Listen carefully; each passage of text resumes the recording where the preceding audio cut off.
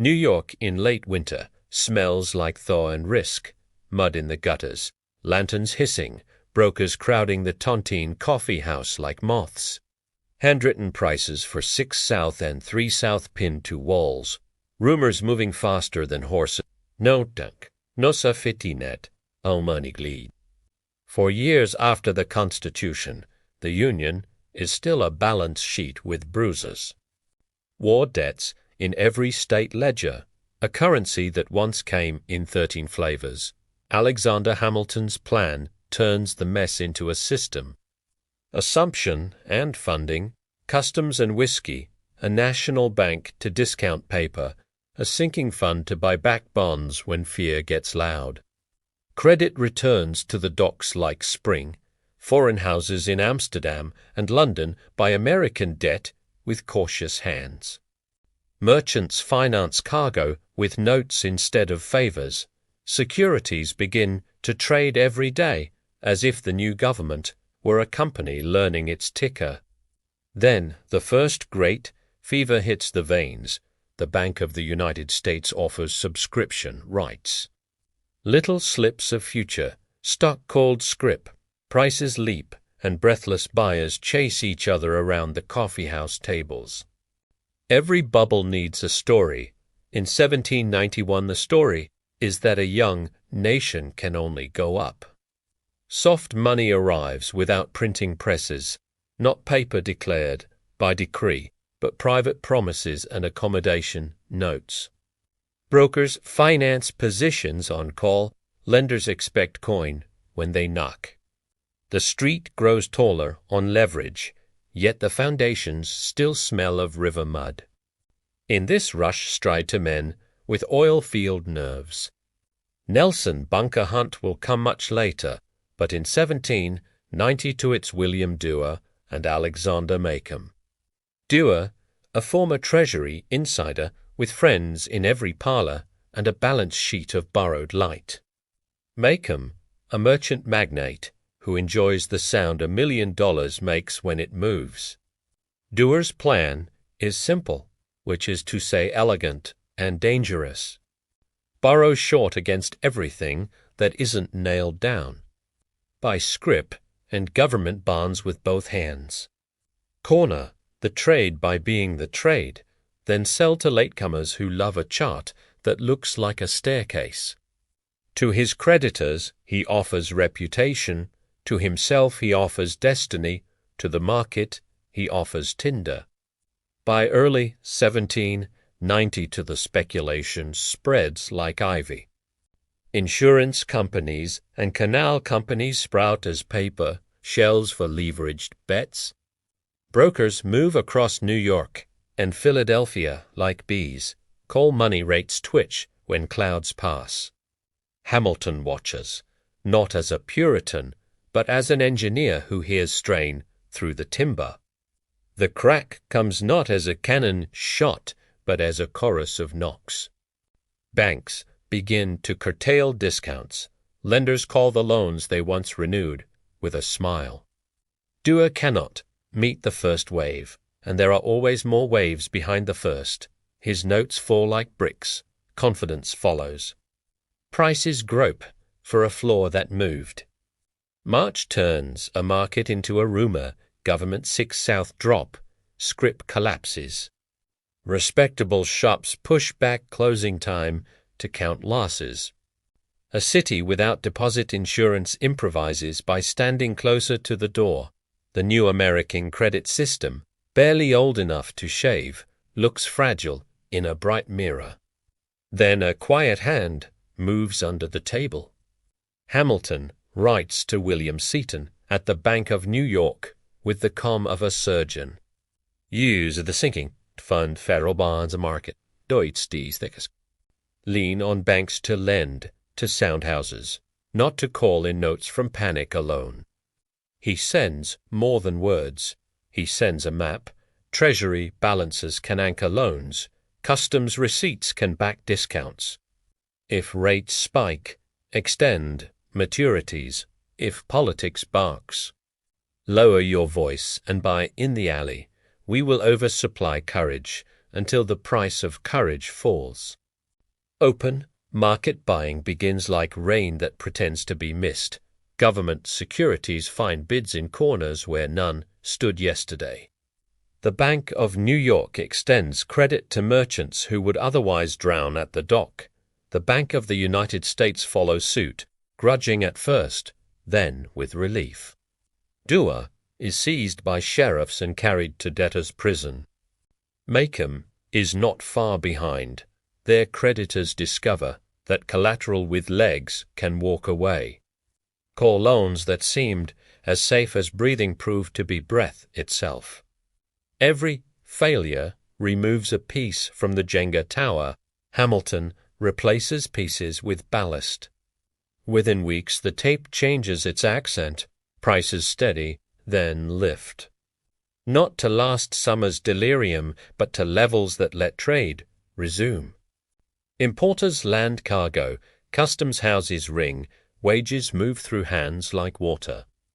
The panic folds into policy.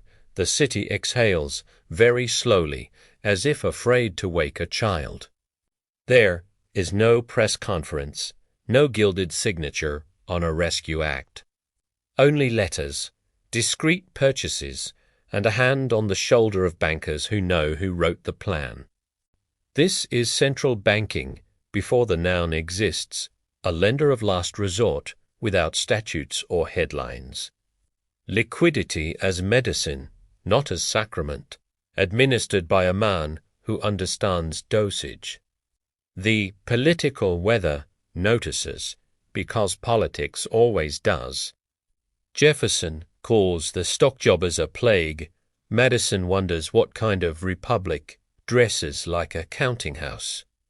Hamilton answers not with pamphlets, but with interest rates, with functioning credit, with ships that sail Washington. Who prefers performance to theory, lets the Treasury work, and measures the result. Out of the steam and anxiety comes a second invention. Brokers who survived the gale sign an agreement under a buttonwood tree. Fixed commissions, mutual rules, a promise to trade with each other in public view. The buttonwood agreement turns a street into an exchange, a crowd into a market with manners. The lessons are older than the Republic, yet written here in ink that never quite dries. If everyone borrows short to bet long, time will choose the winner, not the smartest man in the room. If a government asks citizens to trust its debt, it must be present when fear attacks its price. If banks call together, they drown together, and a quiet nudge can save both them and their customers. Hamilton's cure is not charity for rogues. It is a firewall for shopkeepers. By federal bonds to signal that the nation believes in itself, lend to solvent merchants who cannot meet a stupid clock, trap the fire at the edges so the house survives the night. Think of the parts, because panic is a machine, not a mood. Brokers financed by call loans. Lenders sensitive to rumor, a few players leveraged beyond arithmetic. An exchange for federal bonds that serves as the lungs of trade. Remove oxygen and the chest tightens. Restore it and the hands stop shaking. Across the at Lancaster Dunkers taken ledgers, yelled settle. The young nation's borrowing costs remain human. Within a generation, those same credit lines will buy a swath of continent called Louisiana. Rescue is not a favor to speculators alone. It is a down payment on policy yet to arrive. Dewar sits behind bars drafting explanations no one will publish. The city resumes its walk, slower, wiser. Hungrier for rules that do not taste like chalk. State legislatures start to watch bank charters with a steadier eye. The street learns the cost of leverage, the way children learn fire, one blister at a time. Was there moral hazard?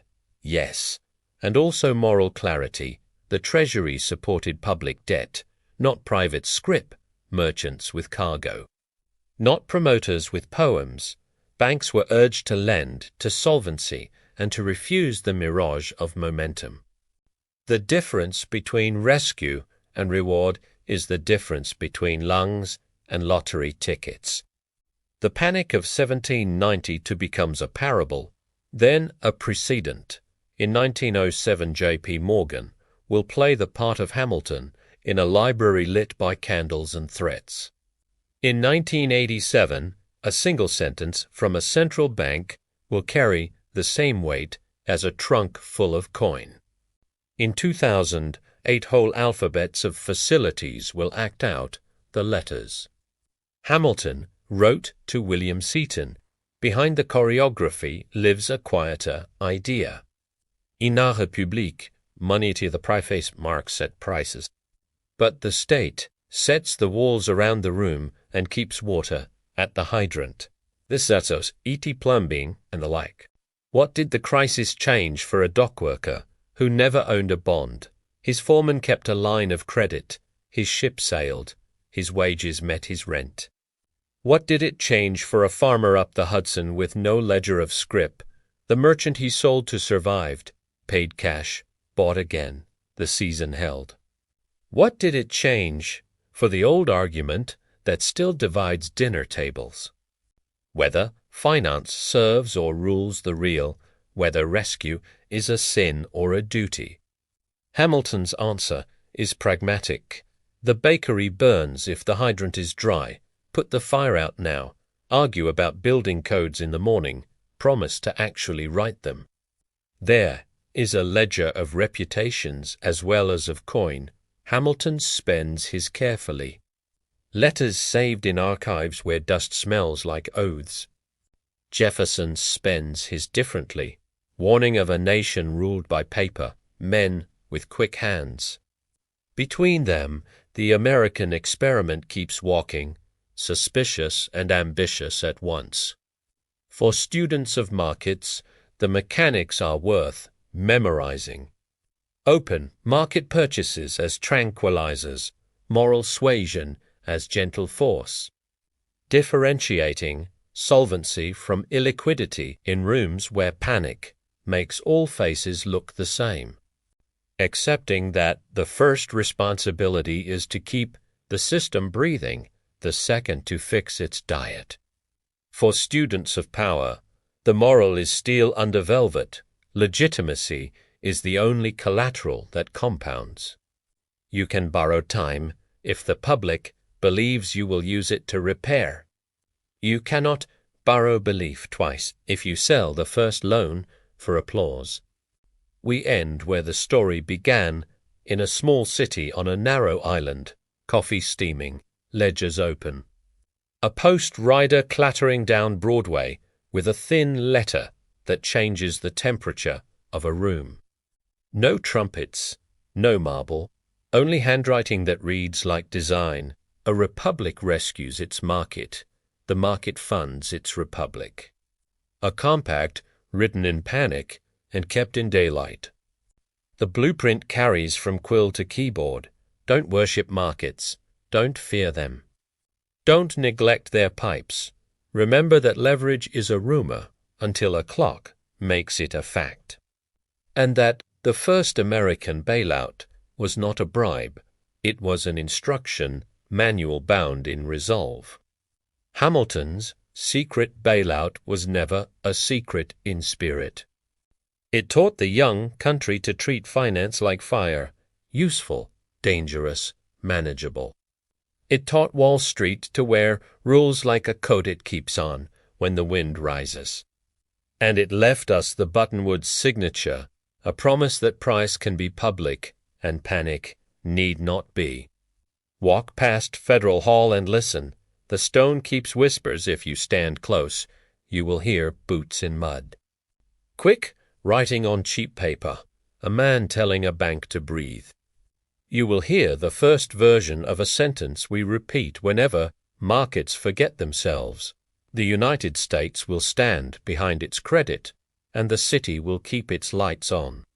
If this story gave you a new way to see history, subscribe.